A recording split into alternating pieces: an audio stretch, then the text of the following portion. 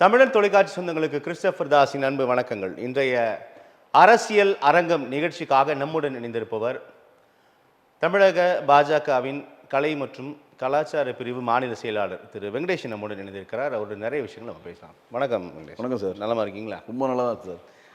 தூய்மை பணியாளர்கள் போராட்டம் நேற்று நடந்தது.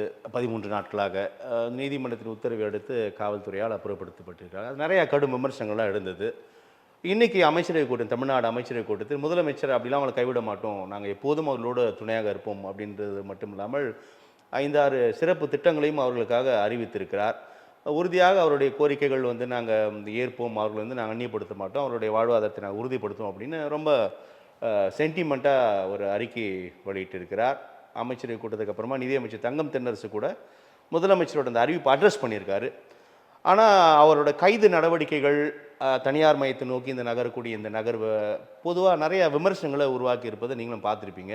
எப்படி பார்க்குறீங்க இந்த போராட்டம்? இது அரசாங்க எந்திரத்தின் மிகப்பெரிய ஒரு தோல்வியாக தான் பார்க்குறேன். ஒரு டாக்டருக்கு என்ன மரியாதை கொடுக்குறீங்களோ அதே மரியாதை துப்புரவு பணியாளர்களுக்கு நீங்கள் கொடுக்கணும். நம்ம கொரோனா காலகட்டத்தில் ஒரு டாக்டர் எப்படி நம்ம உயிரை அவங்க உயிரை துச்சமாக மதித்து நம்மளை காப்பாற்றினாங்களோ அதே மாதிரி நம்மளை காப்பாற்றினவங்க தான் துப்புரவு பணியாளர்கள்.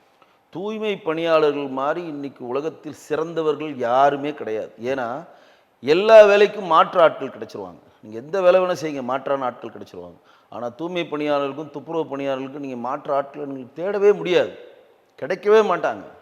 அது ஒரு டெடிக்கேஷனான ஒரு ஜாப்னு தான் சொல்லுவேன். அதனால தான் கும்பமேளா யூபியில் நடக்கிறப்ப, கும்பமேளா முடிஞ்ச பிறகு மோடிஜி அவர்கள் அங்கே இருக்கக்கூடிய அனைத்து தூய்மை பணியாளர்களையும் வர வைத்து காலை கழுவுனர், பாத பூஜை பண்ணார்.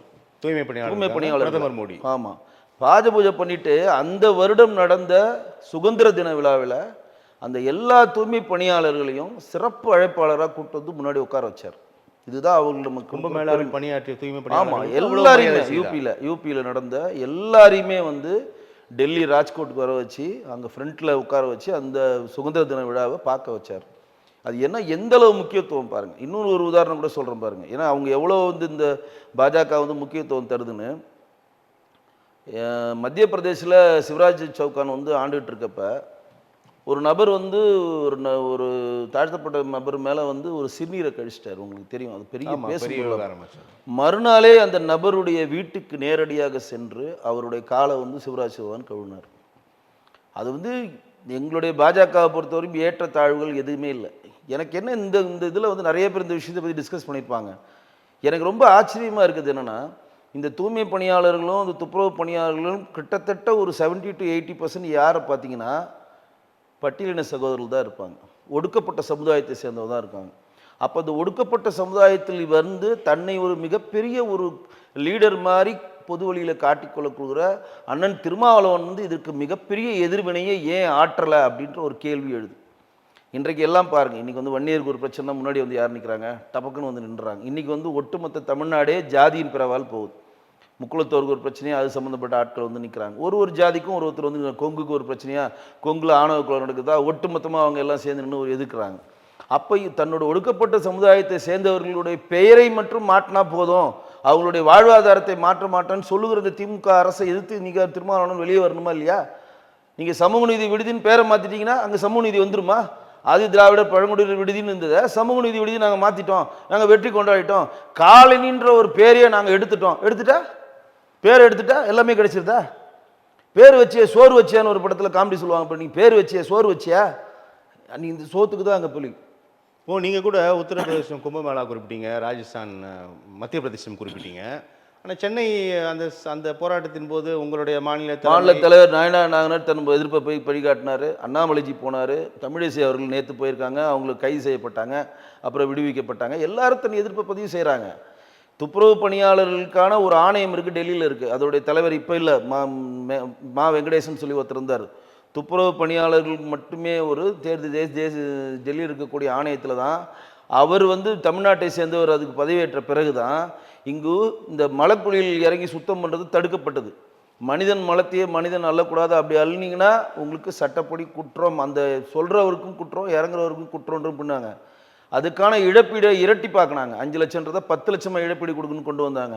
நீங்கள் வந்து எந்த மாநிலத்தில், குறிப்பாக நீங்கள் மகாராஷ்டிராவில் போய் துப்புரவு துணையர் பண்ணிங்கன்னா எல்லாருமே ஹெல்மெட் போட்டிருப்பாங்க, எல்லாருக்கும் கையுறை கொடுத்துருப்பாங்க, பாதுகாப்பு உபகரணங்கள் கம்பல்சரி அவங்க போட்டிருப்பாங்க, மனிதர்களை மனிதர்களாக அவங்க மதிப்பாங்க. இங்கே இருக்கக்கூடிய துப்புரவு பணியாளர்களுக்கு இப்போ தனியார் மையம் கொடுத்துட்டாங்களே, பேட்டரி வண்டி மட்டும் கொடுத்துட்டா போதுமா? அவர்களுக்கு பாதுகாப்பான உபகரணங்கள் எதுனா இந்த அரசு கொடுத்துருக்கா? க்ளவுஸ் கொடுத்துருக்கா? முகவுரை கொடுத்துருக்கா? ஹெல்மெட் கொடுத்துருக்கா? ஹெல்மெட்லாம் எதுக்கு நீங்கள் கேட்காதீங்க. அவங்க 2 வீலரில் போகிறது வந்து அது கிட்டத்தட்ட ஒரு சின்ன 2 வீலர் மாதிரி தான். அந்த அவங்க ஓட்டுற வண்டி பேட்டரி வண்டி தவறி விழுந்தா அவங்களுக்கு இன்சூரன்ஸ் பாலிசி கொடுத்துருக்கா? ஏன்னா எல்லாருமே இப்போ எப்படின்னா 2 in 1 எப்படி தெரியுங்களா? பேட்டரி வண்டி அவங்களே ஓட்டிகிட்டு போகணும். நீங்கள் பார்த்துருப்பீங்க, அதில் 4 அலகுகள் வச்சுருப்பாங்க.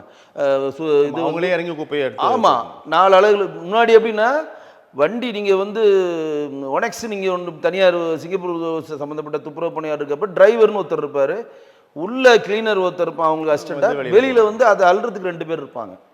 இப்போ அப்படி கிடையாது. இப்போ அவங்ககிட்டே சின்ன சின்ன பாக்ஸ் கொடுத்துட்றாங்க, அவங்களே வண்டி ஓட்டி, ஆணும் ஓட்டணும் பெண்ணும் ஓட்டணும், அவங்களே ஓட்டிகிட்டு போகணும், அவங்களே இறங்கணும், மக்கும் குப்பை மக்காத குப்பை அவங்களே தரம் பிரிக்கணும், அவங்களே அதை எடுக்கணும், அவங்களே அதை ஃபில்அப் பண்ணணும், அவங்களே வண்டி ஓட்டிகிட்டு வரணும், அவங்களே அந்த கிடங்குல எடுத்து போய் சேர்க்கணும்.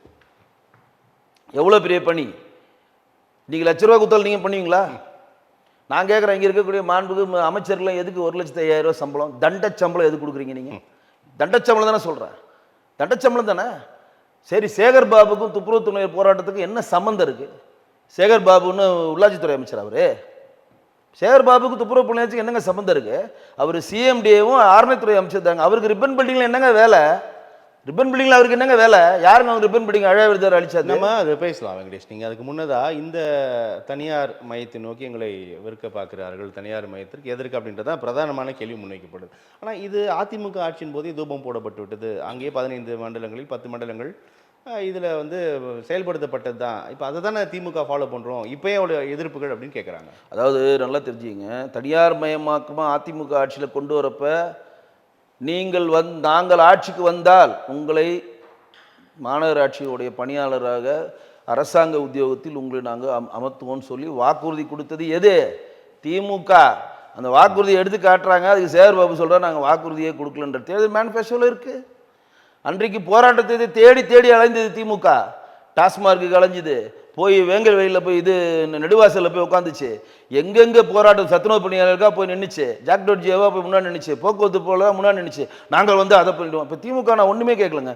திமுகவுடைய தேர்தல் மேனிஃபெஸ்டோவில் 530 வாக்குறுதிகள் கொடுத்தாங்க, ரைட்டா? நான் அது உள்ளே வரல. எடப்பாடி அவர்கள் தமிழ்நாட்டை ஆண்டுறப்ப எந்தெந்த போராட்ட காலத்தில் திமுக போய் கலந்து நாங்கள் ஆட்சிக்கு வந்தால் இதெல்லாம் நிறைவேற்றுறோம்னு சொன்னாங்களோ அதை மட்டும் நிறைவேற்றி கொடுக்க சொல்லுங்க. வேறு எதுவுமே வேணாம், நான் வேறு எதுவுமே கேட்கல. சத்துணவு பணியாளர்களுக்கு போய் நின்னாங்க, நிறைவேற்றலை. மாற்றுத்திறனாளிகளுக்கு போய் நின்னாங்க, நிறைவேற்றலை. மாற்றுத்திறனாளி ரொம்ப பாதிக்கப்பட்டாங்க, நிறைவேற்றலை. போக்குவரத்து தொழிலாளர்கள் வந்து ரிட்டையர்மெண்ட் ஆன பிறகு அவனுக்கு செட்டில்மெண்ட், கிராஜுவேட்டி எதுவுமே கொடுக்கல. இல்லை, அது பழைய ஓய்வு திட்டம் தனி. போக்குவரத்து தொழிலாளருக்கு ரிட்டையர்மெண்ட் ஆனால் அவங்க செட்டில்மெண்ட் கொடுக்கணும். தமிழ்நாடு கவர்மெண்ட் முன்னாடி அதை இன்னும் கொடுக்கல, அது கேஸ் போயிட்டு இருக்கு. இப்போ ஜாக்டோஜியோ போராட்டம் ரொம்ப வீரியமாகி அடுத்த முறை நீங்கள் எதிர்கட்சியில் தான் உட்கார்க்கப்படுவீர்கள் என்று அவங்க அறிக்கை கொடுத்தவுடனே உடனே என்ன சொல்கிறாங்க, நாங்கள் வந்து 2004 பழைய ஓய்வு திட்டத்துக்கு விசாரிக்கிறதுக்கும் இப்போ இருக்கிறதுக்கான ஒரு குழு அமைக்கிறோம் சொல்லி கக்கன் சிங் பேடி தலைமையில் ஒரு குழு அமைச்சாங்க. அந்த குழு ஒரு துரும்பை கூட இன்னைக்கு வரைக்கும் கிள்ளி போடல. இன்னும் 3 மாதம் முடிஞ்சோன்னா படம் முடிஞ்சிடும், ஆட்சி முடிஞ்சிடும், எலெக்ஷன் வந்துடும், அதுக்கப்புறம் ஒன்றுமே நடக்காது. இது எப்படி இழுத்தடிக்கிறாங்க பாருங்க. நான் சொல்றது வந்து ஒரு விஷயத்துக்கு சொல்யூஷன் காரணமா இல்லையா? அப்போ அதிமுக பீரியட்ல பிரைவேட் செக்டர் ஆக்குனாங்கன்றதுக்கு முன்னாடி வந்து நீங்க வாக்குறுதி கொடுத்துட்டு அன்றைக்கு அந்த மண்டலங்கள்லாம் பிரித்த பிறகு எதிர்ப்பு எழாம இந்த மண்டலம் மட்டும் ஏன் பெரிய எதிர்ப்பு எழுதுனா அவங்க பூர்வீக குடிகள் தமிழ்நாட்டோட மண்டலம் 6, 7 இருக்கிற இடத்துல நீங்கள் போய் பார்த்தீங்கன்னா நாமெல்லாம் வந்தேரிகள், நம்மளாம் ஒரு மாவட்டத்தில் மாநிலம் நீங்கள் வந்து நமக்கு வேலை வாய்ப்பை தேடி இங்கே நம்ம பேசிகிட்டு இருக்கிறோம். ஆனால் அந்த மண்டலத்தை சென்னை பூர்வக்குடிங்க, அவங்க வாழ்வாதாரமே அதாங்க. நீங்கள் பேசின் பிரிட்ஜு, வண்ணாரப்பேட்டை, இந்த சைடு வாங்க ட்ரிபிள் கேணி, பெரம்பூர் தாண்டி இந்த சைடு நீங்கள் போயிட்டீங்கன்னா வேசர்பாடி, இந்த சைடு நீங்கள் போயிட்டீங்கன்னாவே இப்போ வட சென்னை பகுதி போயிட்டீங்கன்னா அவர்கள் தான் சென்னை பூர்வீக. நீங்கள் ரிப்பன் பில்டிங்கில் உட்காந்து போராட்டம் பண்ணுறாங்க. அந்த ரிப்பன் பில்டிங்கை கட்டினது யாரு?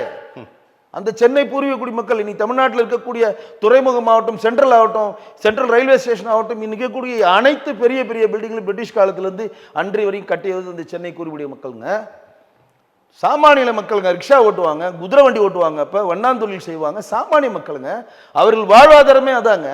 அந்த வாழ்வாதாரத்தில் நீங்கள் கை வச்சது அவங்க ஏற்றுக்கலாம் நீங்கள் ஏற்றுக்க வேண்டியதானே. இப்போ 13 நாள் போராட்டத்துக்கு அனுமதி தந்தாங்க. பல கட்ட 10-15 கட்ட பேச்சுவார்த்தை நடைபெற்றது. ஆனால் ஒரு பொதுநல வழக்கு தாக்கல் செய்யப்படுது, நீதிமன்றத்தோட உத்தரவு. அதனால தான் காவல்துறை வந்து இந்த நடவடிக்கையை ஏற்கொள்கிறாங்க. அது நிறைய கடும் விமர்சனங்கள் உருவாக்கியிருக்கு. எப்படி பார்க்கலாம்? ஏங்க நீதிமன்றம் வந்து நீதிமன்றத்தில் கேஸ் போடாத வரையும் நீதிமன்றம் தலையிடாதுங்க. சுமுட்டோ வழக்கு அது எடுக்கல நீதிமன்றம். ஒருத்தர் உழைப்பாளர் பொதுநல வழக்கு, ஒரு பொதுநல வழக்கு திமுக தாங்க பண்ணுவாங்க. யார் பண்ணுவா? வெளியாரெல்லாம் பண்ண மாட்டாங்க. திமுக தான் டேரெக்டாக ஒரு ஆளை வச்சு பண்ணுவாங்க. வழக்கு போயிடுச்சு. வழக்கு போகிறப்ப வழக்கில் போகிறப்ப நியாயமான காரணங்கள் ஏற்றுக்கொள்ளும் நீதிமன்றம். எப்படி ஏற்றுக்கொள்ளும்? அவங்க போராட்டம் செய்கிற களம் வந்து மிகப்பெரிய போக்குவரத்து ஸ்தம்பிக்கிறது 1. 2வது அங்கே மெட்ரோ பணிகள் நடந்துட்டுருக்கு 2. 3வது அங்கேருந்து ட்ரெயினை பிடிக்க சென்ட்ரலுக்கு போகணும், அங்கேருந்து எக்மோருக்கு போகணும். இதெல்லாம் வந்து ரொம்ப ஒரு குருஷியலான இடம். அதை தாண்டி தான் வந்து ஹார்பர் போகணும். இப்படி வந்து நடைமுறை சிக்கல்கள் நிறையா இருக்கிறப்ப நீதிமன்றம் வந்து போராட்டத்துக்கு தடை விதிக்கல. அந்த இடத்தில் நீங்கள் போராட்டக்கூடாது, அவர் அப்புறப்படுத்துங்க. போராட்டத்திற்கும் சென்னையில் 4 இடங்கள் இருக்குது. சேப்பாக்க விருந்தினர் மாளிகை இருக்குது, சிங்காரவேரத்தில் இருக்குது, வள்ளுவர் கோட்டை இருக்குது, பனகல் மாளிகை சைதாப்பேட்டில் இருக்குது. இந்த 4 இடத்துலையும் போராட்டத்திற்கான அனுமதியை போலீஸுடன் முறையுடன் பெற்று நீங்கள் போராட்டத்தை தொடரலாம். ஏன்னா அந்த கோரிக்கை அரசாங்கம் அதுக்கு அவங்க வைக்கிறாங்க பாருங்க. அரசாங்க தரப்பு என்ன வைக்கிறாங்கன்னா, தூய்மை பணியாளர்களை நாங்கள் தனியார் மயம் ஆக்குவோம் அப்படின்னு சொல்லி நாங்கள் வந்து மாநகராட்சி கூட்டத்தில் நிறைவேற்றிட்டோம். இது அரசினுடைய கொள்கை முடிவு. கொள்கை முடிவில் நீதிமன்றம் தலையிடக்கூடாது. எப்படி நீங்கள் இஷ்டத்துக்கு ஒரு மெஜாரிட்டி இருக்குன்னு மாற்றுவீங்க, அது நீதிமன்றம் தலையிடக்கூடாதுன்றாங்க. இது கொள்கை முடிவு, இதில் நீங்கள் தலையிடக்கூடாது. ஏற்கனவே வந்து 15 மண்டலங்களை 10 மண்டலம் 11 மண்டலம் மாறியாச்சு. இது நாங்கள் மாற்றலாம். அந்த மண்டலத்தை மாற்றியவர்கள் ஒற்றுக்கொள்கிறாங்களா? ஒத்துக்கொள்ள அது உள்ள வரல. இந்த மண்டலத்தை மாற்றவர்கள் ஒற்றுக்கொள்ள மாட்டேன்னு சொல்கிறப்ப அரசு அதுக்கான அனுமதி கொடுக்கணும். பாதுகாப்பு உறுதி செய்யப்படும், எல்லா பலன்களும் கிடைக்கப்படுவதை நாங்கள் உறுதி செய்கிறோம் அப்படின்னு மேயர், அமைச்சர்கள் சேகர் நாங்க கேக்குறேன். உங்க வேலை என்ன? நான் கேக்குறேன். மீண்டும் சொல்றது வந்து என்ன வேணாலும் கேட்க மாட்டாங்க. உங்க வேலை என்னங்க? அந்த உறுதி கிடையாதா? அரசாங்கத்தினுடைய வேலை என்னங்க? சாராய கடை எடுத்துதாங்க அரசாங்கத்தினுடைய வேலை. அரசாங்கத்தின் வேலை என்னங்க? கல்வி கொடுக்கணும், அடிப்படை சுகாதாரம் கொடுக்கணும், தண்ணீர் கொடுக்கணும், எனக்கு வேண்டிய மருத்துவம் கொடுக்கணும். இதுதாங்க அரசாங்கம் தேர்ந்தெடுத்துருக்கோம். கொடுக்குறாங்களே. எங்க கொடுக்குறாங்க? தண்ணி நீங்க என்ன ஃப்ரீயா கிடைக்குதா உங்களுக்கு? தண்ணி போங்க, நீங்க வெளியில போய் ஒரு தண்ணி வாங்க. மெட்ரோக்கு நீங்க பணம் கட்டலையா? மருத்துவமனை, மெட்ரோக்கு நீங்க பணம் கட்டலையா? பள்ளிக்கூடங்கள் இருக்குது, எல்லாமே இருக்கு. மெட்ரோக்கு நீங்க பணம் கட்டலையா? மெட்ரோ வாட்டர் வருது, அதுக்கு நீங்கள் பணம் கட்டலையா? இல்லை கழிவுநீர் காலனுக்கு நீங்கள் உங்கள் கழிவுநீர் போகிறதுக்கான பணம் நீங்கள் கட்டலையா? சிவரேஜுக்கு நீங்கள் ஃப்ரீயாக கொடுக்குறீங்க, ஃப்ரீயாக கொடுக்குறீங்க, எல்லாத்துக்கும் பணம் கட்டுறீங்களா? அப்புறம் நீங்கள் ஃப்ரீன்றீங்க. அப்புறம் கல்விக்கு நீங்கள் என்ன ஃப்ரீயாக கொடுக்குறேன்னு சொன்னால் எதுக்கு 207 பள்ளிகள் நீங்கள் மூடுறீங்க? தனியார் பள்ளிகளில் தமிழ்நாட்டில் வந்து கம்மியாக இருந்து அதிகமான மாணவர்கள் படிக்கிறார்கள். அரசாங்க பள்ளிகள் அதிகமான பள்ளிகள் இருக்குது, கம்மியான மாணவர்கள் ஏன் படிக்கிறாங்க? இன்றைக்கு திறனாய்வு பயிற்சி இன்னைக்கு வந்து பாருங்க 6லேருந்து 9 வரை படிக்கிற மாணவர்கள் வரல. வந்தால் அது மீண்டும் வந்து செயல்பாட்டுக்குள் கொண்டு வரப்படும். மாணவர் வரல அப்படி சரி ரைட்டு. தமிழ் இன்றைக்கி வந்து திறனாய்வு பற்றி ரிசல்ட் வந்திருக்கு. அதாவது இங்கிலீஷு, தமிழ், கணக்குடைய பேசிக் பாடத்தில் வந்து 6ஆம் வகுப்புலேருந்து 9ஆம் வகுப்பு வரை படிக்கிறவங்களுக்கு பற்றி ஒரு ஆய்வு நடத்துறதுல கிட்டத்தட்ட 7.5 லட்சம் பேர் படிக்கவே இல்லைங்க, சுத்தமாக இல்லைன்றாங்க. கல்வித்தரம் அப்படி இருக்குங்க. இங்கே நீங்கள் இதில் வர மாநில கல்விக் கொள்கை எதிர்னு, அதாவது தேசிய கல்விக் கொள்கையை காப்பி அடிச்சுட்டு மானிய கல்விக் கொள்கைன்றீங்க. நம்ம அது பேசலாம். இப்போது தூய்மை பணியாளர்கள் விவகாரத்தில் இப்போ இன்றைக்கி நான் தலைப்பில் குறிப்பிட்டேன், முதலமைச்சர் தலைமையில் அமைச்சர் கூட்டம் நடந்திருக்கு. அதுக்கப்புறம் சில அறிவிப்புகளை வெளியிட்டிருக்கிறார். தங்கம் தென்னரசு நிதியமைச்சர் கூட 6-7 சிறப்பு திட்டங்களை தூய்மை பணியாளர்களை நாங்கள் கைவிட மாட்டோம், அவர்களோடு தான் இந்த அரசாங்கம் இருக்கும் அப்படின்னு அறிவிப்பு வெளியிட்டிருக்காங்க. இதை எப்படி நம்ம பார்க்கலாம்? ஏன் 13 நாளாக எங்கள் தங்கம் தென்னரசு நாட்டில் இல்லையா? மாண்புகு முதலமைச்சர் கூலிப்படம் பார்க்கறதுக்கு நேரம் இருக்குது, தூய்மை பணியாளர் சந்திக்க நேரம் இல்லையா அவருக்கு? மாண்புகு துணை முதலமைச்சர் கூலிப்படத்தை ரிலீஸுக்கு முன்னாடி பார்க்க நேரம் இருக்குது, போய் பார்க்கறதுக்கு நேரம் இல்லையா? சம்மந்தமே இல்லாமல் போய் மேட்டூர் அணையை திறக்கிறேன்னு இருக்கிற வேலையெல்லாம் விட்டுட்டு கார் எடுத்துகிட்டு போய் மேட்டூரில் அணையை போய் பட்டன் திறக்கிறதுக்கு போக உங்களுக்கு நேரம் இருக்குது. அங்கேருந்து தலைமைச் செயலேருந்து எட்டி பார்க்குற தூரத்தில் இருக்கிற ரிப்பன் பில்டிங் அவங்களுடைய வந்து உங்களுக்கு தெரியலையா? ஏன் உள்ளாட்சித்துறை அமைச்சராக இருக்கக்கூடிய KN எங்கெங்க போனார்? தூய்மை பணியாளர்கள் போராட்டம் 13 நடக்கிறப்ப அங்கே அமைச்சர் எத்தனை முறை வந்தார்? அவர் தானே அதுக்கு இன்சார்ஜ். எதுக்குங்க சேவர் பதில் சொல்கிறாரு? மேயர் பிரியாவை ஒரு தலையாட்டி பொம்மையை எதுக்குங்க வச்சுருக்கீங்க?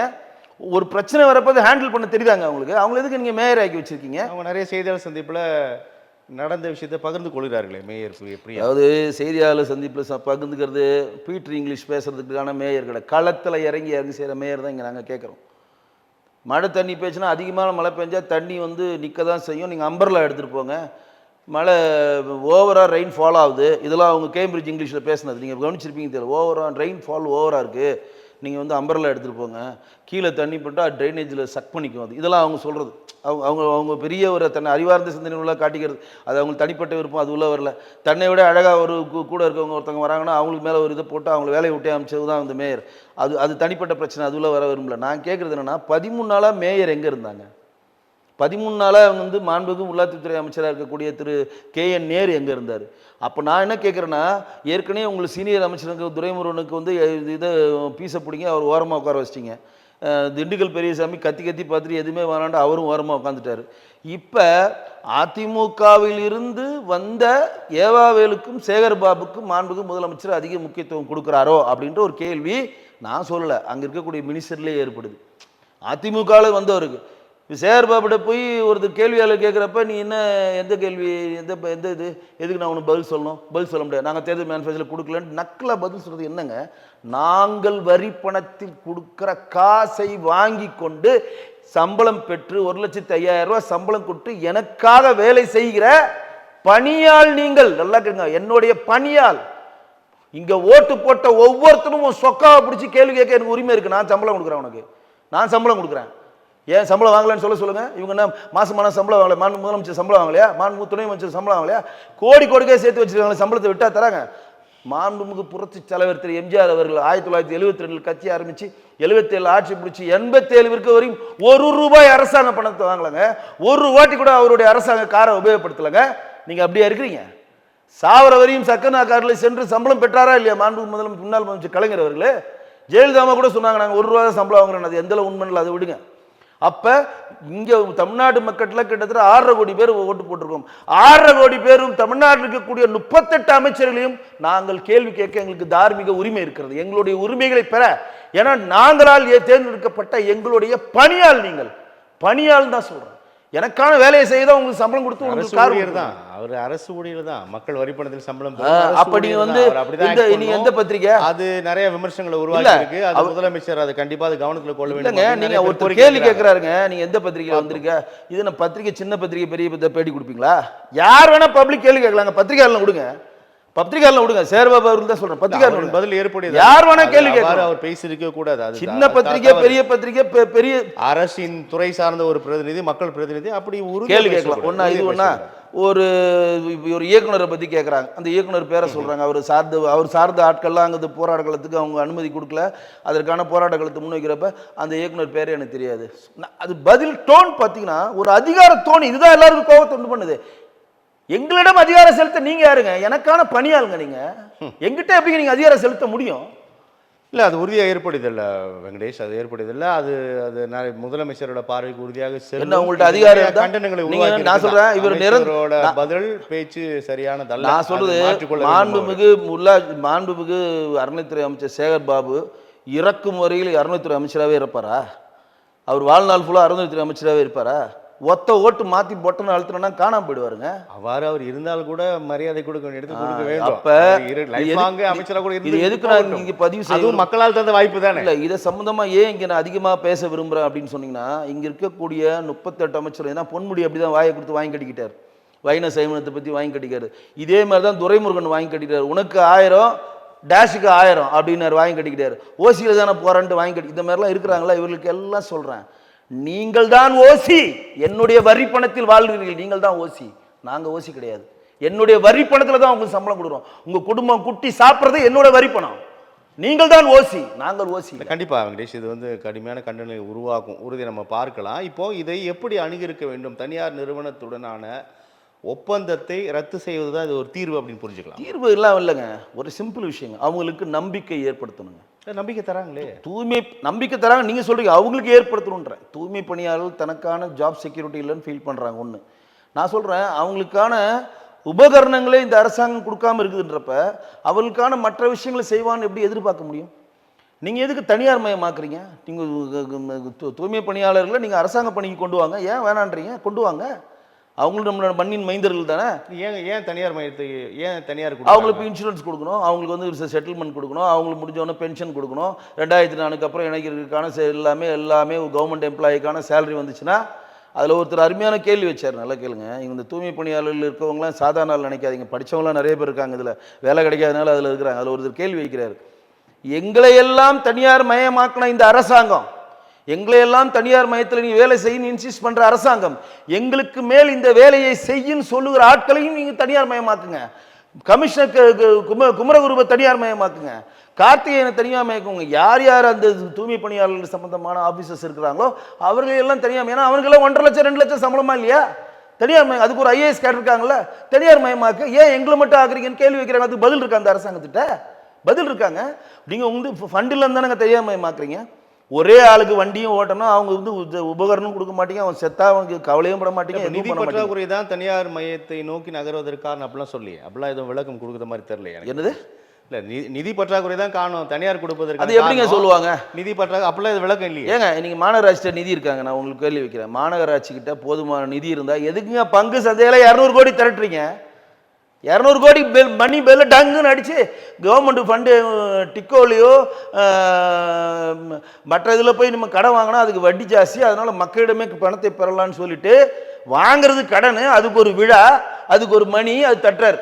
பொது வழியில் யாராக இருக்குங்களோ மக்கள்லாம் வந்து கார்பரேஷனுக்கு வந்து இந்த கால்வாயை சுத்தம் பண்ணணும், மழைநீர் கால்வாய் போகிறதுக்கான ஃபண்டு வேணும், இந்த பெரிய கால்வாயை சுத்தம் பண்ணுறதுக்கு ஃபண்டு வேணும், 200 கோடி வேணும், நம்ம நிதியை திரட்டுறோம்னு சொல்லிட்டு இன்னைக்கு 200 கோடி ரூபாய் மாநகராட்சி மக்களுடைய பொதுமக்கள் கடன் வாங்கியிருக்காரதா இல்லையா? மறுக்க முடியுமா? ஷேர்ஸில் வாங்கியிருக்கா இல்லையா? ஃபண்டு வாங்கியிருக்கல, குறிப்பிட்ட டைம் கொடுக்க முடியும், கொடுக்கணுமா? ஏற்கனவே நம்ம 10 லட்சம் கோடி கடன் வந்து 200 கோடி சேர்த்து கொடுக்கணுங்க. நீங்கள் மாநகராட்சியை கரெக்டாக நடத்தி எல்லார்டையும் கரெக்டாக வரி வசூல் பண்ணி எல்லார்ட்டையுமே வந்து கரெக்டான உங்களுடைய இயல்புநிலை பண்ணிங்கன்னா மதுரையில் எப்படிங்க தனி நபராக இருக்க ஒருத்தர் 150 கோடி அடிக்க முடியும்? தனி நபர் அடிக்கிறாங்க 150 கோடி. நீங்கள் அரெஸ்ட் பண்ணியிருக்கீங்க அவரை, அவர் போய் என்ஜிஓலையும் போய் படுத்துட்டார், மதுரை மேயருடைய வீட்டுக்கு ஹஸ்பண்டை. எப்படிங்க பண்ண முடியும்? அதுக்கு யார் யார் உடந்த? கூட இருக்க கவுன்சிலர் உடந்த, கூட இருக்க கவர்மெண்ட் ஆபீசர்ஸ் உடந்த, அந்த ஒட்டுமொத்த செயின் லிங்க் அனைத்துமே உடந்தாங்க. 13 பேர் கைது 13 பேர் கைது சொல்லியிருக்காங்க. 150 சிபிசிஐடியில் அந்த கேஸ் போயிருக்கு. எப்படி அனுமதி கொடுத்தீங்க? அப்போ அரசாங்கத்துக்கு எப்படிங்க பணம் இருக்கும்? அப்போ அரசாங்கம் போய் மக்களிடம் பிச்சை எடுக்குமா? இந்த நாங்கள் மாநகராட்சி நடத்த முடியல, ஷேர்ஸ் கொடுங்க, நீங்கள் ஃபண்டை கொடுங்க, நாங்கள் கொடுக்குறோம். இப்போ இவங்க வாங்கி 200 கோடி போட்டாங்க. அடுத்த வாட்டி இவங்க ஆட்சிக்கு வரல, அந்த 200 கோடி யார் கொடுக்குறது? யாருங்க கொடுக்கணும்? அடுத்த ஆட்சி வரவங்க தாங்க கொடுக்கணும். அப்போ இங்கே ஃபண்டு இல்லைல்ல? இந்த ஃபண்டு நீங்கள் கேட்டிங்களா, ஃபண்டு இருக்கா இல்லையா? ஃபண்டு இல்லை. கவுன்சிலருக்கான நிதி இப்போ இந்த ஆட்சி வந்தவொடனே தான் கவுன்சிலருக்கு மாத சம்பளம் போட்டாங்க. முன்னாடி வந்து கவுன்சிலருக்கு எவ்வளோ சம்பளம்? 1000 ரூபா சம்பளம். உள்ளாட்சி பிரதிநிதிகளுக்கு சம்பளமே இல்லை, தெரியுமான்னு தெரியல உங்களுக்கு. இப்போ இந்த ஆட்சி வந்தவொடனே தான் ஒவ்வொருத்தரும் குறிப்பிட்ட சம்பளம் போடுறாங்க. தனக்கான தன் மக்களுக்கு மட்டும் வேண்டிய வசதிகளை செய்து கொடுக்குற அந்த ஆட்சியாளர்கள் பாவங்க அவங்க. அதுதான் சொல்கிறேன், ஆப்ஷன் இல்லாத, எதிர்த்து அடிக்க திராணி இல்லாதவர்கள், எதிர்த்து பேச முடியாத ரொம்ப ரொம்ப பாவப்பட்ட ஒரு ஜீவன்களை போய் உங்கள் வீரத்தை காட்டுறீங்களே, அது எவ்வளோ பெரிய பாவம். இப்போது தமிழக அரசியல் களம் 2026 நோக்கி நகர்ந்து கொண்டிருப்பதை நம்ம பார்க்குறோம். திரு வெங்கடேஷ், எல்லா கட்சிகளுமே தங்களுடைய பிரச்சாரங்களை துவக்கிவிட்டார்கள். ஓரணியில் தமிழ்நாடு முழக்கத்தை முன்வைத்து திமுக தொடங்கிடுச்சு, மக்களை காப்போம் தமிழகத்தை மீட்போம் அதிமுகவும் ஆரம்பித்து நம்ம பார்க்குறோம். இந்த தேர்தல் பிரச்சார வியூகங்கள் எப்படி எடுபடும், மக்கள் எப்படி பார்ப்பாங்கன்னு புரிஞ்சுக்கலாம். இல்லை, தேர்தல் பிரச்சாரங்கள்ன்றது இன்றைக்கி தொடங்கினது ஏடிஎம்கே மட்டும் தாங்க தொடங்கியிருக்கு. வேறு யாரும் தேர்தல் பிரச்சாரத்தை நோக்கி நகரில். ஏடிஎம்கே தன் சுற்றுப்பயணத்தை தொடங்கியிருக்கு. பிரேமலதா ஓரணி தமிழ்நாடு வீடு வீடுக்கு போகாம வந்து அது சுற்றுப்பயணம் கிடையாது, வீடா போகிறது சேர்க்கையை. அதாவது பேரணியாக போகிறது, சுற்றுப்பயணமாக போகிறது தேமுதிமுகவுடைய பிரேமலதா மேடம் அவர்களும் இவங்க வந்து நம்மளுடைய ஏடிஎம்கே சேர்ந்த எடப்பாடி அவர்கள் தான். விஜயகாந்த் ஆரம்பிக்க போகிறாரு, விஜய் ஆரம்பிக்க போகிறாரு. இல்லை, விஜய் வந்து இனிமேல் தான் மதுரை மாநாடு முடிஞ்சு ஸ்டார்ட் பண்ண போகிறாரு. ஸோ அது வந்து எந்த அளவு ஈடுபடும்னு எனக்கு தெரியல. ஏன்னா எல்லா கட்சியிலும் ஒரே நேரத்தில் அந்த பிரச்சாரத்தை முன்வைக்கிறப்ப அது எந்த அளவுக்கு நடத்திட்டு இருக்காரு. இல்லை, அன்புமணி நடத்துறாரு, கூட்டங்கள் நடத்துறாங்க. அது வந்து தன்னுடைய இருப்பை பாட்டி கொள்றதுக்கு எல்லாரும் தன்னுடைய கூட்டங்களை முன்வைக்கிறாங்க. இப்போ அந்த கட்சி வந்து 2ஆக பிளவுபட்டிருக்குது. இதெல்லாம் அரசியல் நிகழ்வு தான். ஆனால் எனக்கு என்னுடைய தனிப்பட்ட கருத்தாக நான் என்ன சொல்ல விரும்புன்னா, கூட்டணி செட்டில் ஆனால் தான் இங்கே என்ன நடக்குன்றதையும் முதல்ல தெளிவுபடுத்த முடியும். இன்றைக்கு வந்து தூய்மை பணியாளர் முதற்கொண்டு வேங்கை வயல் முதற்கொண்டு கூட்டணி சொல்கிறனால சொல்கிறேன் வெங்கடேஷ். கூட்டணி அப்படின்னு சொல்லும் போதெல்லாம் திமுக தன்னோட கூட்டணியோட பலமாக இருக்குது, கூட்டணியை உறுதிப்படுத்திச்சு. அதிமுக கூட்டணின்னு உறுதிப்படுத்தாமல் இருக்குது, அதிமுக கூட்டணியை வந்து நோக்கி எந்த கட்சியும் வராமல் இருக்குது அப்படின்லாம் விமர்சனம் வைக்கிறாங்க. திமுக பலமாக இருக்குன்னு நீங்கள் எப்படி முன்வைக்கிறீங்க? இன்றைக்கி முத்தரசன் வந்து பெரிய முத்தரசன் ஆகட்டும், ஷண்முகம்லாம் பெருசாக சொல்கிறாங்க. என்ன சொல்கிறாங்க? அலங்காநல்லூரில் 100 கோடிக்கு எதுக்கு நீங்கள் மிகப்பெரிய ஒரு மாடுபிடிக்கான இதை கட்டுறீங்க, அரங்கத்தை கட்டுறீங்க, அதுக்கு பதில் 50 கோடி வைக்கிறாங்க. ஆனால் கூட்டணியில் இருக்காங்க, கூட்டணி உறுதிப்படுத்துறாங்க. அந்த பக்கத்தில் இன்னும் கூட்டணி உறுதிப்படுத்தாமல் இருக்காங்களேன்றாங்க. இல்லைங்க, கூட்டணியில் இருக்காங்கன்னா அதுக்கு அவங்க பணம் கொடுக்குறாங்க, 15 கோடி கொடுக்குறாங்க. மற்ற கூட்டணி கட்சி கொடுக்குறதில்ல, 2 சீட்டு கொடுத்து 15 கோடியும் கொடுத்து ஜெயிக்கவும் வைக்கிறாங்களும் இருக்கிறாங்க. ஆனால் இந்த பிரச்சனையை முன்வைக்கிறாங்களா இல்லையா? இப்போ நாங்கள் அலங்காநல்லூர் பிரச்சனை மட்டும் சொல்ல, பல பிரச்சனைகளை வந்து சண்முகம் முன்வைக்கிறாரா இல்லையா? அதே மாதிரி திருமாவளவன் வந்து இப்போ ஆணவ படுகொலைக்கு 3 கட்சியும் சேர்ந்து போராட்டம் நடந்துச்சா இல்லையா? 2 கம்யூனிஸ்ட் திருமாவளவன் ப்ளஸ் வந்து தூய்மை ஆணவ பணியாளர்கள் பண்ணுறாங்க. அந்த போராட்டத்தை முன்னிருந்து நடத்துவது அந்த இயக்கமும் மார்க்சிஸ்ட் கம்யூனிஸ்டோட இயக்கம் தான். இப்போ கரண்ட் பில் வந்து 52% ஏறிடுச்சு. சிஇடி யூனியன் வந்து சவுந்தரபாண்டியன் வந்து மிகப்பெரிய ஒரு போராட்டத்தை முன்னெடுத்தாரா இல்லையா? அவருடைய மாநாட்டில் சொன்னாரா இல்லையா? என்ன சொல்ல வரீங்க? அது அது அதாவது எல்லாருக்கும் அதிருப்தி முன்வைக்கிறாங்க. அதிருப்தி இருக்கு. எங்க ஜனநாயக கட்சின்னு சொல்றாங்க. இல்லைங்க, அதிருப்தி இருக்கு, உள்ளுக்குள்ள இருக்கு. இது எப்படி கொண்டு வரும்னா, அந்த எலெக்ஷன் நெருங்குறப்ப மட்டும்தான் இதற்கான அந்த மாற்றங்கள் நிகழும். நான் நினைக்கிறேன். எண்ணிக்கை கேட்கிறேன் வெங்கடேஷ். இப்போ 2 இடதுசாரிகள், விசிகா, மனித மக்கள் கட்சி, கொங்கு ஈஸ்வரனோட கட்சி உள்ளிட்டவங்களாம் கூட்டணின்னு ஒரு ஃப்ரேம் இருக்கு. திமுக அந்த ஃப்ரேம் இல்லையே. அதிமுக பாஜக கூட்டணியில் அந்த பிக்சர்ஸே இல்லையே. தேசிய ஜனநாயக கூட்டணியில் என்ன ஃப்ரேம் இல்லை? ஏடிஎம்கே இருக்கு, பிஜேபி இருக்கு, ஐஜேகே பாரிவேந்தர் இருக்காரு, ஏசி சண்முகம் இருக்காங்களா, ஜான் பாண்டி எல்லாம் இருக்கிறாங்க. ஏங்க உறுதியா மோடி அவர்களை வரவேற்க எல்லாருமே வந்தாங்க. ஜான் இருக்காங்களா உறுதியான்னு கேட்குறாங்க. தமிழ் மாநில காங்கிரஸ் ஜி.கே. வாசன் இருக்காரு, கிருஷ்ணசாமி நமக்கு தான் சப்போர்ட் பண்ணிட்டு இருக்காரு, எல்லாருமே இருக்கிறாங்க. அதெல்லாம் இல்லைன்றதெல்லாம் கிடையாது. நீங்க வந்து பெருசா இதுல காட்டுறதுனால தேசிய ஜனநாயக கூட்டணி இருக்காங்க வெங்கடேஷ். அது நாடாளுமன்ற தேர்தலுக்கு அது சரி. இப்ப தேசிய ஜனநாயக கூட்டணி தானே இருக்கு, வேற இல்ல. இது அவங்க தேசிய தமிழ்நாட்டு கூட்டணியில இருக்காங்களான்னு கேட்குறேன். ஆமாங்க, தேசிய ஜனநாயக கூட்டணிக்கு ஒரு போராட்ட காலத்தில் இது பண்ணோம். நம்ம மதுரையில் அஜித்குமார் அடித்து கொல்லப்பட்ட அந்த போராட்ட காலத்தை வந்து அதிமுக பிஜேபி சேர்ந்து நடப்புற தேசிய ஜனநாயக கட்சியை சேர்ந்த ஒரு உறுப்பினர் இருக்கவங்க எல்லாருமே வந்தாங்க. ஜி.கே. வாசனுடைய உறுப்பினர் தொண்டர்கள் வந்தாங்க, ஜான் பாண்டியன் அவர்கள் தொண்டர்கள் வந்தாங்க, சண்முகத்துறை ஏசி சண்முகம் தொண்டர்கள் வந்தாங்க, ஐஜேகே பாரிவேந்தர் அவர்கள் தொண்டர்கள் வந்தாங்க, எல்லாருமே வந்தாங்க. ஸோ அதெல்லாம் எல்லாமே ஸ்ட்ராங்காக தான் இருக்குது. இப்போ என்னுடைய கணிப்பு கரெக்டாக இருந்தால் காங்கிரஸ் திமுக விலகி விட்டு விஜயுடன் சேர்வதற்கான வாய்ப்புகள் இருக்க மாதிரி ஒரு இது எழுது. ஏன்னா காங்கிரஸ் வந்து திமுக விட்டு விஜயிடம் வந்தால் அவர்களுக்கு 3 பெனிஃபிட் கிடைக்கும்னு சொல்லப்படுது. ஒன்று, பாண்டிச்சேரி எடுக்கலாம். பாண்டிச்சேரி வெல்றதுக்கான விஜய்க்கு ஒரு பேஸ் இருக்குது. கேரளாவில் விஜய்க்கு ஒரு நல்ல ஒரு பேஸ் இருக்கிறதுனால அது பேஸ் பண்ணலாம். தமிழ்நாட்டில் இருக்கக்கூடிய 10 சீட்டு 20 சீட்டுக்கு ஆசைப்பட்டால் 2 ஸ்டேட் நமக்கு கிடைக்கின்ற ஒரு ஆப்ஷனில் மாணிக் தாக்கூர்லேருந்து ஜோதிமணிலேருந்து எல்லாமே ஒரு ப்ரெஷர் கொடுத்துட்டு இருக்கிறதுனால அந்த வாய்ப்புகளையும் போயிட்டுருக்கு. ராகுல் காந்திட்டையும் விஜய் அவர் குட் புக்கில் 2 பேர் பேசிக்கிறதுனால இந்த மாதிரி ஒரு வியூ இருக்குது.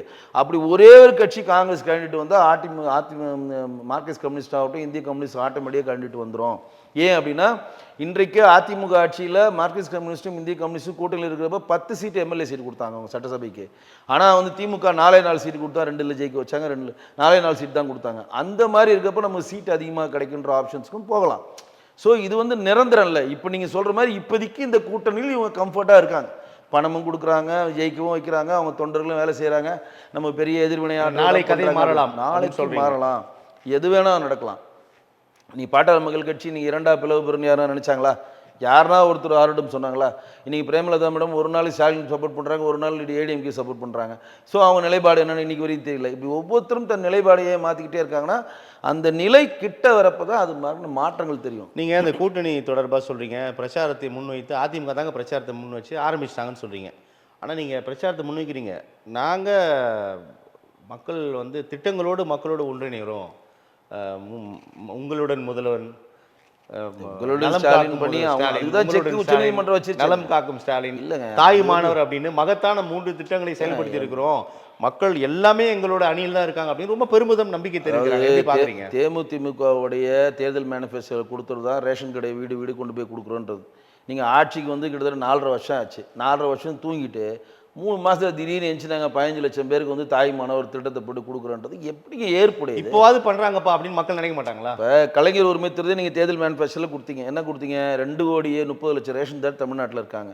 2,30,30,000 பேரில் இருக்கக்கூடிய ஒவ்வொரு பெண்மணிக்கும் ஒரு ஆள் கொடுப்போம்னு சொன்னீங்களா இல்லையா? அதில் எந்த மாற்றம் இல்லை. அதுக்கப்புறம் திடீர்னு வந்து 2 வருஷம் அதை பற்றி எதுவுமே பேசலை. 3ஆவது வருஷத்தில் என்ன சொல்கிறீங்க? தகுதி பெற்றவருக்கு மட்டும்தான் கலைஞர் உரிமை தொகை கொடுத்தோன்னு 1,20,00,000 பேர் தான் கொடுத்தீங்க. இப்போ திடீர்னு என்ன பண்ணுறீங்க? எல்லாருக்கும் நாங்கள் கொடுக்குறோம், எல்லாரும் வாங்க, எல்லாரும் வா, நாங்கள் வந்து உங்களுடன் ஸ்டாலின் திட்டம் போடுறோம், உங்களுக்கு சொத்து வரி மாத்திரமா உங்களுக்கு 45 நாளில் 46 துறைகள் சேர்ந்து 45 நாளில் 44 சேவைகள் நாங்கள் தரோம், என்னென்ன மாத்திரமோ எல்லாரும் வாங்க எழுதி கொடுங்க, எல்லாருக்கும் கலைஞர். அப்போ என்ன முகாம்களில் வந்து மக்கள் இல்லை போட்டு போகிறாங்க. என்னன்னா அந்த மாதிரி ஏன் பண்ணுறாங்கன்றதை புரிஞ்சுக்கோங்க. இது ஏற்கனவே அரவிந்த் கெஜ்ரிவால் பண்ணி ஃபெயிலியர் ஆனார். இப்போ எல்லாருக்கும் கொடுக்குறேன்னு சொல்லிட்டு இப்போ மறுபடியும் ஒரு கோடி பேருக்கு நாங்கள் கொடுக்க போகிறோம், 50 லட்சம் பேருக்கு நாங்கள் புதுசாக கொடுக்க போகிறோன்னு சொல்லிட்டு அவங்களுக்கு கரெக்டாக ஒரு 2 மாதம் கொடுப்பாங்க. 2000 கொடுத்துட்டு அப்படியே தேர்தல் அறிவிச்சிட்டாங்க. இப்போ எதுவும் கொடுக்க முடியாதுன்னு சொல்லி திருப்பி நாங்கள் ஆட்சிக்கு வந்து வரணும், திருப்பி உங்களுக்கு 1000 ரூபா கிடைக்கணும்னா நீங்கள் எங்களுக்கு வாக்களிங்கன்னு சொல்கிறதுக்கான ஸ்ட்ராட்டஜி தான் அவங்க முன்னெடுக்கிறாங்க. தமிழ்நாட்டு மக்களை தயவு செய்து விழித்துக் கொள்ளுங்கள். நம்மளிடம் இருக்கக்கூடிய கடனை வாங்கி வாங்கி நம்மளை கடன்காரன் ஆக்கி ஆக்கி நம்ம தலையில் 1000 ரூபா கொடுக்குறேன், தவப்புதல் 1000 ரூபா கொடுக்குறேன், ஓய்வூதியம் கொடுக்குறேன்னு சொல்லி நம்மளை தொடர்ந்து கடனாக அந்த ஆட்சி ஆகியிருக்கிறது. ஒரு ரேஷன் அட்டைதாரத்தையும் ஒரு குடும்பத்திலையும் 3 லட்சம் கடனை இந்த அரசாங்கம் சுமத்தி இருக்கிறது. எவ்வளவு தூற்றினாலும் மக்கள் கடமை செய்வதே எங்களுடைய தலையாய கடமைன்னு நாங்கள் போயிட்டுருக்குறோம். ஏன்னா இந்த திட்டங்கள் மீது பொறாமை கொண்டு தான் அதிமுக எம்பி சி.வி. சண்முகம் உச்சநீதிமன்றத்துக்கு போகிறார், அங்கே கூட்டு வாங்குகிறார். ஆனால் மக்களிடம் எங்களுக்கு பெரிய வரவேற்பு. முன்னாடி ஒரு குட்டு உச்சநீதிமன்றத்தில் இவங்க வாங்கினதை நீங்கள் சொல்ல மறுக்கிறீங்களே. ஓடிபின்னு ஒரு குட்டு வாங்கிச்சு, நறுக்குன்னு வாங்கிச்சா இல்லையா திமுக? எதுக்கு வாங்கிச்சு ஓடிபி? தனிநபருடைய கடவுச்சொல்லை திருடக்கூடாது, தனிநபருடைய கடவுச்சொல்லை யாருக்கு கொடுக்கக்கூடாது அப்படின்றது சென்னை போலீஸ் கமிஷன் வந்து தமிழ்நாடுடைய டிஜிபி வந்து எல்லாருக்கும் சுற்றறிக்கை அமைச்சிருக்காரா இல்லையா? யார்ட்டையும் நீங்கள் பாஸ்வேர்டை நீங்கள் பகுக்கக்கூடாது, ஓடிபியை பகுக்கக்கூடாது அப்படின்னு. நீங்கள் போய் ஒரு வீட்டில் போய் கலைஞருடைய மு.க. ஸ்டாலினுடைய ஃபோட்டோவை ஒட்டிவிங்க, அவங்க வீட்டில் இருக்கக்கூடிய நம்பர்லாம் வாங்குவீங்க, அவங்களுக்கு ஃபோன் பண்ணி ஓடிபி வாங்கி உங்களோட இதில் ஏற்றிட்டு திருமங்கலம் ஃபார்முலா மாதிரி இந்த தட்டியில் வச்சு அடிக்கிற அந்த ஃபார்முலா மாதிரி இப்போ லேட்டஸ்ட் ஃபார்முலா என்னென்னா, யார் யாருக்கு ஓடிபிக்கான நம்பர்ஸ் அவங்களுடைய சமூக வலைதளத்தில் ஏற்றிருக்காங்களோ அதற்கெல்லாம் ஆன்லைனில் பணம் அனுப்ப போகிறீங்களா ஓட்டு போட சொல்லி கேள்வி எழுமா இல்லையா? உச்சநீதிமன்றம் அதுதான் சொல்லுது. நீங்கள் எதுக்குங்க ஓடிபி கேட்குறீங்க? உங்களுக்கு வேணால் பிரச்சாரம் பண்ணிக்க. நீங்கள் தோய்வாயிடுச்சு, நீங்கள் ஸ்டாப் பண்ணிட்டாங்களே, நீங்கள் உறுப்பு சேர்க்குறது நடக்கலையா அவங்கள்ட்ட? அப்போ நம்ம என்ன சொல்கிறோம்? இங்கே இருக்கக்கூடிய இந்த தமிழ்நாட்டு செய்தி விளம்பரத்துறைக்குள்ள பிஆர்ஓஸ் 2 பேர் இருக்காங்க. அதுக்கு பிஆர் 2 ஐஏஎஸ் இருப்பாங்க. அதற்கு ஒரு மினிஸ்டராக வெள்ளங்கோயில் சாமிநாதன் ஒருத்தரை போட்டு அவருக்கு 1,05,000 சம்பளம் கொடுக்குறோம். இது மட்டும் இல்லாமல் மாவட்டந்தோறும் பிஆர்ஓஸ் இருக்குவாங்க, அசிஸ்டன்ட் பிஆர்ஓஸுக்கும் சண்டை சம்பளம் கொடுத்துட்ருக்கோம். இதெல்லாம் போக மறுபடியும் நீங்கள் 4 ஐஏஎஸ் கேடர் நாங்கள் மக்களோட நலத்திட்ட விஷயங்கள் பொது வழியில் சொல்கிறதுக்கு நாங்கள் தீரஜ்குமார் செய்தி தொடர்புல தீரஜ்குமாரை போட்டிருக்கோம், கக்கன்தீப் பேடியை போட்டிருக்கோம், அமுதாவை போட்டிருக்கோம், ராதாகிருஷ்ணனை போட்டிருக்கோன்றது இது எந்த அளவு நியாயம்? ஒன்று. ரெண்டாவது, இவங்க என்ன பண்ணுறாங்கன்னா இந்த மாவட்ட வாரியாக போகிற ஸ்மார்ட் மூவா நீங்கள் பார்க்கலையா? என்ன ஸ்மார்ட் இதில் அரசாங்க பணத்தை மக்களை அவர்கள் தமிழகத்தை மீட் போன்னு ரோட் ஷோ நடத்தியிருக்காரு எடப்பாடி பழனிசாமி. ஆனால் இங்கே நாங்கள் ரொம்ப இன்டெலெக்சுவலாக மக்களோட நிறைய பிளான்ஸ் இம்ப்ளிமெண்ட் பண்ணுறோம், மக்களோட ஆக்சஸில் இருக்கிறோம், புது புது திட்டங்களை அறிவிக்கிறோம் அப்படின்னு நாங்கள் ரொம்ப இன்டெலெக்சுவலாக போகிறோம்னு சொல்கிறாங்க. அது ஸ்மார்ட் தான் தெரியுது. எனக்கு எப்படி தெரியுதுன்னா, இவர்கள் எனக்கு இல்லை, இது இருக்கக்கூடிய அமைச்சர்கள் 38 அமைச்சர்களும் தூங்கி கொண்டிருக்கிறார்களாம் தோன்றுது. மக்களுடைய பணி இப்போ போக்குவரத்து அமைச்சர் சிவசங்கர் வேலை என்ன?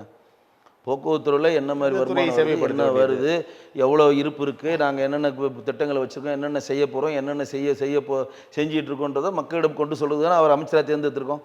அதற்கான மனுக்கள் அது சட்டசபையில் கொடுத்து அதை நிறைவேற்றுறதுக்கு தாங்க அமைச்சர் வேலை, அதாங்க அவர் வேலை. வேறு எதுக்கு அவரை தேர்ந்தெடுத்து வச்சுருக்கோம்? தொகுதி மேம்பாடு நிதியை பண்ணுறதுக்கு தொகுதியில் செய்கிறதுக்கு அவருக்கு 3 கோடி ரூபா தொகுதி மேம்பாடு நிதி வருஷத்துக்கு கொடுக்குறோம். அந்த 3 கோடி ரூபா அவர் தொகுதியில் அவர் தேர்ந்தெடுக்கப்பட்ட சட்டசபைக்கு உட்பட்ட எல்லைக்குள்ளே செய்கிறது. இதை தாண்டி அமைச்சராக இருக்கிறப்ப தமிழ்நாட்டில் இருக்கக்கூடிய 38 மாவட்டங்கள் என்னென்ன தேவைகளோ அதை வாங்கி சட்டசபைக்கு அதுக்கான ப்ரெஷரை கொடுத்து அதற்கான நிதியை பெற்று அந்த திட்டத்தை நிறைவேற்றுறதாங்க அவர் வச்சிருக்கோம். நீங்கள் இதை செய்தீர்கள், நீங்கள் இந்த கோரிக்கையை வச்சிருக்கீங்க, பண்ணல.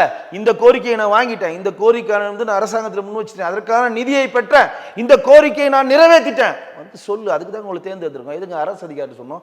அரசு அதிகாரிக்கு நான் ஓட்டு போட்டு தேர்ந்தெடுத்தேன். இப்போ நான் முன்னாடி சொன்னேன், நான் கேட்குற ஒவ்வொரு கேள்விக்கும் இங்கே இருக்கக்கூடிய 38 அமைச்சரும் சொல்வதற்கு கடமைப்பட்டிருக்காருன்னு சொல்லணும். அரசு அதிகாரிகள் சொல்லணும்னு கடமை கிடையாதுங்க, கடமை கிடையாது. ஆனால் அமைச்சர்கள் சொல்லணும். அதுக்கு தான் அமைச்சர்கள் ஓட்டு போட்டு நான் தேர்ந்தெடுத்திருக்கேன். அப்போ அந்த விஷயத்தை அமைச்சர்கள் சொல்லாமல் ஐஏஎஸ் கேடர் உள்ள அரசு அதிகாரிகளும் மக்களின் ஊழியர்கள் தானே, ஊழியர்கள் தாங்க.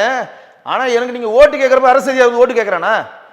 எங்கள் வீட்டுக்கிட்ட ஒரு மிகப்பெரிய ஒரு குளத்தை வெட்டணும், இங்கே ஒரு மிகப்பெரிய ஒரு நீர்நிலை வேணும்னு சொல்லி நான் ஒரு கோரிக்கை வைக்கிறேன். அரசு அதிகாரிட்ட சொன்னால் அரசு அதிகாரி என்ன பண்ணுவார்? அந்த கோரிக்கை எடுத்துகிட்டு போய் அரசாங்கத்திட்ட அமைச்சர் மக்கள் பிரதிநிதி மக்கள் பிரதிநிதிகிட்ட கொடுப்பாரு. மக்கள் பிரதிநிதி அங்கேருந்து போய் நிதி அமைச்சுக்கிட்ட இது எந்த தாலுக்காவில் வருது, இது எந்த வட்டத்தில் வருது, இதுக்கான நிதி இங்கே இருக்கிறதா, ஸ்பெஷல் ஃபண்டு கொடுக்கலாமா, இல்லை 110 விதியின் கீழே அறிவிக்கிறதுக்கு சொல்லி முதலமைச்சர் அழுத்தம் கொடுக்கலாமான்னு இதெல்லாம் ப்ராசஸ் ஆகி வர்றது தாங்க அமைச்சராக தேர்ந்தெடுத்து அனுப்புகிறோம். அதுதானே வேலை. இப்போ அரசாங்க ஊழியர்கள் எல்லா வேலையும் பண்ணாரா? நீங்கள் எதுக்கு எனக்கு? நான் நேரடியாக ராதாகிருஷ்ணன் சொல்லிட்டு போகிறேன், நேரடியாக கக்கன் சிந்திட்டு சொல்கிறேன், நேரடியாக தீரஜ்குமார்ட்டு சொல்கிறேன், நேரடியாக நான் அமுதாட்ட சொல்கிறேன். எனக்கு இதற்கு இருக்கக்கூடிய மக்களால் தேர்ந்தெடுக்கிற பிரதிநிதி எதுக்குங்க? கேள்வி எழுதா இல்லையா? அப்போ 38 அமைச்சரும் அவர் துறை சார்ந்து என்னென்ன சாதனை சொல்றாரு பொது வழியில வை. சமீபத்தில் உயர்நீதிமன்றம் கூட இங்க அதிகாரிகளோட ஆட்சி நடத்துகிறாங்க ஆமா, அப்படின்னு நேரடியா குட்டு வச்சாங்க. ஒரு வழக்கு தொடர். அதுக்கு முன்னாடி என்ன குட்டு வச்சாங்க, இங்க போலீஸ் ஆட்சி நடக்குதுன்னாங்க. அதுக்கு முன்னாடி அதே மாதிரி சென்னை உயர்நீதிமன்றம் எங்கள் காவல்துறை தனி அதிகாரத்தை பயன்படுத்தி போலீஸ் ஆட்சி அமல்படுத்துகிறது தன்னிச்சையான முடிவுகளே இருக்குது. 72,000 வாரண்ட் பிறப்பிச்சிருக்காங்க. இன்னைக்கு வரையும் அந்த வாரண்ட்டுக்கான எந்த ஒரு விஷயத்துக்கும் வந்து அவங்க பதில் சொல்லணும்னு சொல்லி காவல்துறை அதிகாரிக்கு ஒரு குட்டு வைக்குது. அது இல்லாமல் முடிஞ்சு போன கேஸை கட்ட பஞ்சாயத்து வந்து போலீஸ்லேயே முடிக்கிறாங்க. முடிஞ்சு போச்சுன்னு கோர்ட்டுக்கு சொல்ல கோர்ட்டில் அந்த கேஸ் தேங்குது. அப்போ இவ்வளோ கேஸ் நீங்கள் கட்ட பஞ்சாயத்து வச்சு முடிச்சேன்றீங்களா, இங்கே ஏன் சொல்ல மாட்டேன்றீங்க, என்ன மாதிரி இடைவேளின்னு சொல்லி அதுவும் கொட்டு வைக்குது. அப்போ காவல்துறைகளால் இங்கே ஆளப்படுகிறதா? இன்னைக்கு அஜித்குமார் மேட்டர் அவ்வளோ புஷ்பா பண்ணீங்க, இன்னைக்கு புஷ்பனமாக போயிடுச்சு, எங்கே இருக்குன்னே தெரில. இன்றைக்கு வந்து அதிகாரிகளால் ஆளப்படுகிறதா? அப்போ நான் என்ன நினைக்கிறது ஓப்பனாக சொல்கிறேன்.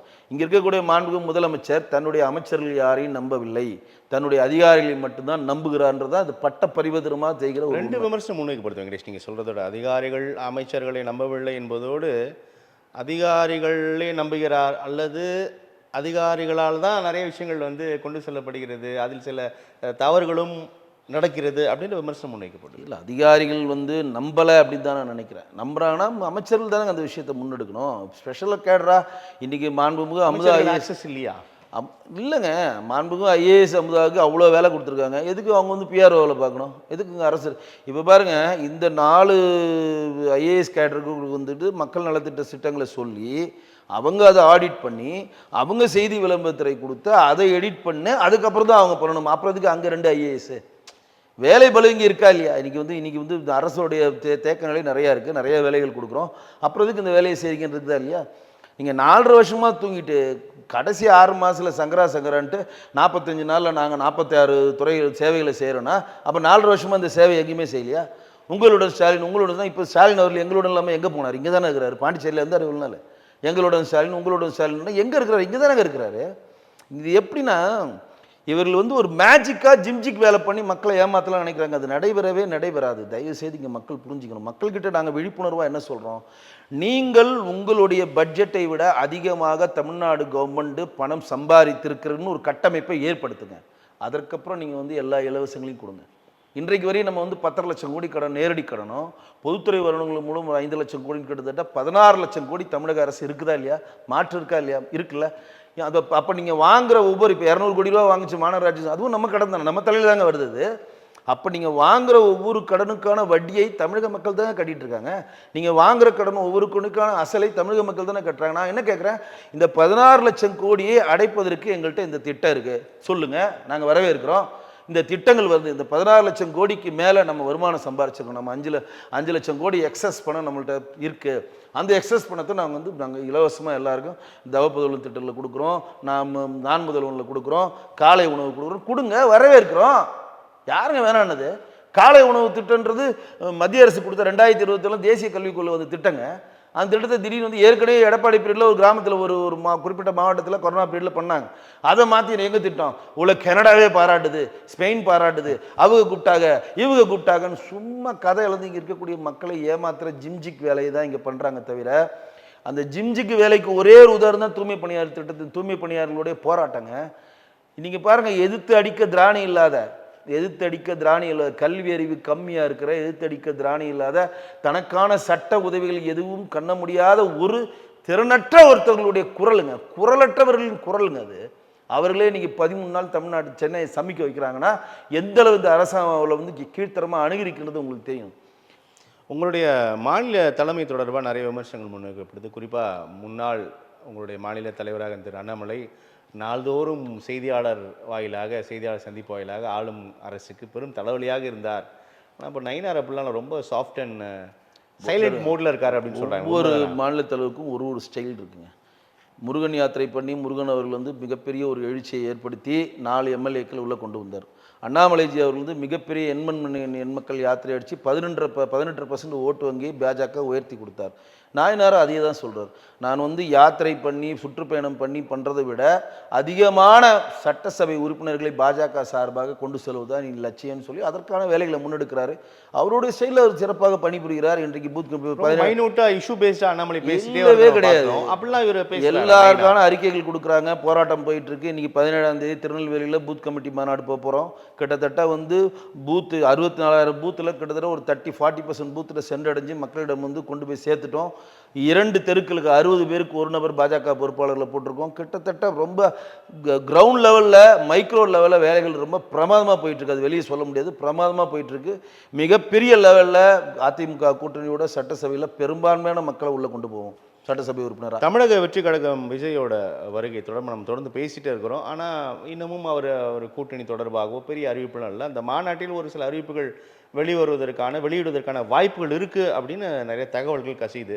எப்படி பார்க்குறீங்க? தாவேக்காவோட ஸ்டாண்டு குறித்து என்ன உங்களுக்கு? இல்லை, தாவேக்கா ஸ்டாண்டு பார்க்குறதோட எனக்கு வந்து ஒன்று தான் ஞாபகம் வருது. ஜெயலலிதா அம்மையாரை சசிகலா எப்படி ஒரு கருப்பு பூனை படையும் வைத்து ஒரு கட்டமைக்குள் ஒரு கண்ணாடி கூண்டுக்குள் அழைத்து ஒரு கூண்டுக்கிளியாக எப்படி அவர்களை ஆட்டி படைத்தார்களோ அதே மாதிரி திரு விஜய் அவர்களை ஆதவர்ஜனா, புசி ஆனந்த், நம்ம வந்து ஆரோக்கியசாமி, ஜான ஆரோக்கியசாமி ஆட்டி படைக்கிறார்களா, இயக்குகிறார்கள். அப்படிதான் எனக்கு தோணுது. ஏன் அப்படின்னா கருப்பு பூனைப்படைன்னு ஒன்று கிடையாது.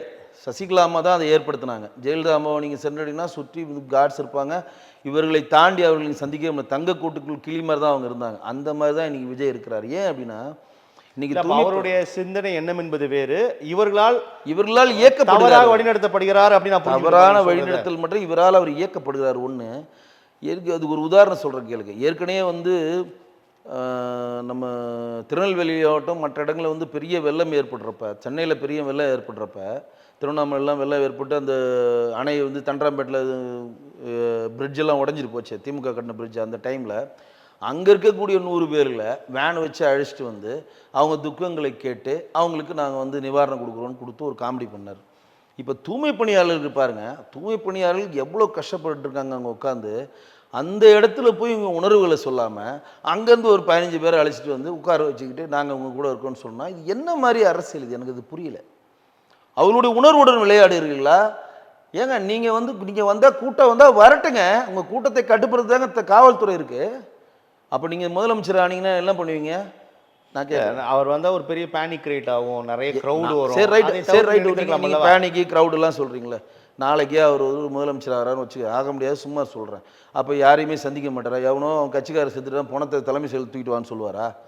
இல்லை பனையொரு கூட்டு வா, நான் வந்து வெளியில் வந்து கூட்டம் வந்துடும், பணத்தில் நான் வந்து பண்ண மாட்டேன். இப்போ அவன் கட்சிக்காரன் இதுக்கே சொல்கிறேன். இப்போ அவன் கட்சிக்காரனுக்கு கூட முக்கிய நபர் யாரோ ஒருத்தர் இறந்து போகிறாருன்னு வச்சுக்கோங்க. ஏற்கனவே அவர் மாநாடுக்கு இறந்த 4 பேருக்கு இவர் போகல. அப்போ அந்த மாநாட்டில் இருந்து பாடி அங்கே வைக்காத, பனையூருக்கு கொண்டு வா, இங்கே வச்சு அஞ்சலி செலுத்துறேன்னு சொல்லுவார். அது என்ன மாதிரி போக்குங்க? நீங்கள் மக்களுக்காக சென்றடைய வேண்டும், மக்கள் பிரதிநிதியாக வேண்டும், மக்களால் ஆலோசனைகள் பெறப்படுகிறது. அந்த மாதிரி இருந்தால் நீங்கள் மக்களால் கலக்க வேணுங்க. அண்ணா சொன்ன அறிவுரையை மட்டும் பொது வழியில் சொன்னாரா? நீ மக்களோடு இரு, மக்களாக மாறு, மக்களுடைய பிரயாணம் பண்ணி மக்களுடைய நன்மதிப்பு பெறணும். அண்ணா சொன்னதை நான் ஃபாலோ பண்ணுறேன்னா எந்த மக்களோட நீ இருந்த இன்னைக்கு வரையும்? இன்றைக்கு தூய்மை பணி தொழிலாளர்களை போய் பார்க்கணும். நீங்கள் பார்க்கணுமா இல்லையாங்க? அந்த கிரவுண்டில் இறங்கி அவங்களுக்கு பண்ணிங்கன்னா அவங்களுக்கு எவ்வளோ பெரிய எழுச்சி ஏற்படுமா இல்லையா? நீங்கள் ஜாக்டோஜியை போய் பார்த்தீங்களா? ஜாக்டோஜி அமைப்புக்கு இதே தான். ஜாக்டோஜியை போராட்டம் பண்ணுறாங்க. அவரை போய் பார்க்காம அங்கேருந்து ஒரு அமைப்பை தூக்கிட்டு வந்து பனையூரில் வச்சு நாங்கள் உங்களுக்கு ஆதரவு தரோம், நாங்கள் உங்கள் கூட இருப்போம், இதெல்லாம் சொன்னேன். அதுக்கப்புறம் என்ன ஆதரவு கொடுத்தா, என்ன கூட இருந்தால்? நீங்கள் பனையூரில் நாங்கள் கிழிச்சிருவோம், பனையூரை நாங்கள் வந்து புதிய ஏரோட்ராம் வர முடியாமல் பண்ணுவோம், விமான நிலையம் உள்ளே வர முடியாது பனையூர்ன்றீங்க. நீங்கள் செட்டில்மெண்ட் வாங்கிட்டு போகிறதும் போயிட்டே இருக்கிறான். என்ன பண்ணீங்க? நீங்கள் கேள்வி வருமா வராதா? உங்களுக்கு என்ன டாட்டா கட்டுறதுக்கு உங்களுக்கு தேர்ந்தெடுத்து வச்சுருக்கோம். மேலே ஏன்னா கூட்டம் வந்துடும். என்னங்க கூட்டம்? எம்ஜிஆருக்கு வராத கூட்டமாக உங்களுக்கு வரப்போகுது, அண்ணாதுரைக்கு வராத கூட்டமாக உங்களுக்கு வரப்போகுது. என்ன கூட்டம்? அப்படி கூட்டம் வந்தாலும் நான் சட்டம் ஒழுங்கை பாதுகாக்க வேண்டிய கடமை யாருக்கு இருக்கு? திமுக இருக்கா இல்லையா? சரி, கூட்டம் வரல, மதுரையிலேயே மாநாடு போடுறீங்க. கூட்டம் வரல, நீ வீட்டிலேயே உட்காந்து மாநாடு போட வேண்டியதானே, டிவியில் பேச வேண்டியதானே. எதுக்கு மாநாடு போடுறீங்க? சுயநலம். தயவு செய்து சொல்கிறேன், நீங்கள் மக்களோடு மக்களாக கலக்கணுன்ற ஆட்டிடியூடுக்குள்ளே என்னைக்கு வரீங்களோ அன்றைக்கி தான் நீங்கள் அரசியல் கட்சியில் ஒரு நபராகவே மதிக்கப்படுவீர்கள். இல்லாட்டி உங்களை ஒரு காட்சி பொருளாக உங்களுடைய இந்த ஒளி பிம்பமாக பார்த்து டாட்டா காமிச்சிட்டு தான் போவாங்க தவிர நமக்கான ஆட் லிவர்லைன்னு சொல்லி மக்கள் சீக்கிரம் புரிஞ்சுப்பாங்க. நல்லது வெங்கடேஷ், பொறுத்திருந்து பார்க்கலாம் விஜயோட அடுத்த கட்ட நகர்வுகள் என்பது. உங்களுடைய வருகைக்கும் கருத்து பகிர்வு மிக நன்றி வெங்கடேஷ். நன்றி.